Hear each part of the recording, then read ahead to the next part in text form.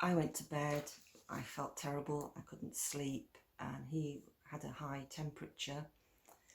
So I went and slept downstairs on a sofa.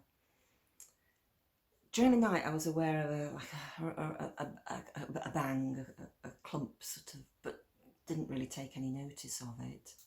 I sort of looked at him and saw there was like bruising on him, and I just thought, oh, that must have been, he said that during the night he'd got up and he'd collapsed. He was feeling worse and worse, and he started to complain about having really, really cold hands and feet. So I just thought, oh, it's a really bad case of flu. There was an awful lot of it around over the millennium. It became then very obvious that that's what he had. He had meningitis. But what I didn't know at the time was that he also had septicemia. The three of us were encouraged to sit round Kevin's bedside and just talk to him. All of a sudden, all the alarms go off on the machines. And so the next thing I was aware of was the crash team was rushing in. 3 nurses came in with the consultant, and they both took each of us, and that was it. He died. We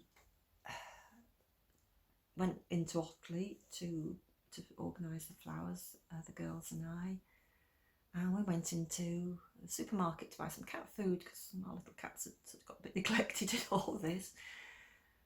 And we went to the till, and the newspapers were on display, and there was a full-size photograph of Kevin on the page, and my youngest daughter just collapsed. And that was just, we just didn't expect anything like that, the publicity at the time. And that was just horrible. And he still had time to come home and read bedtime stories to the girls, help them with their homework.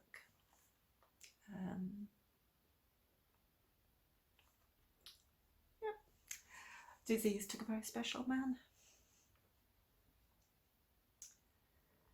I couldn't be bothered getting dressed. I just lived in, jogging bottoms and tops. I couldn't be bothered putting any makeup on. I couldn't sleep. My mother came and she kept saying, please go to sleep. And I said, I can't, because if I wake up, every time I wake up, I've got to face it all again. I started to sort of volunteer with the meningitis charity. They supported me heavily in the early days. What I wanted to do was to get more into sort of spreading the word and being willing to tell my story. We're trying to get over and including more stories on the website about adults who've had meningitis. Follow your instincts. Don't be frightened to phone your doctor or go into A&E. Meningitis doesn't hang around. It can kill in hours.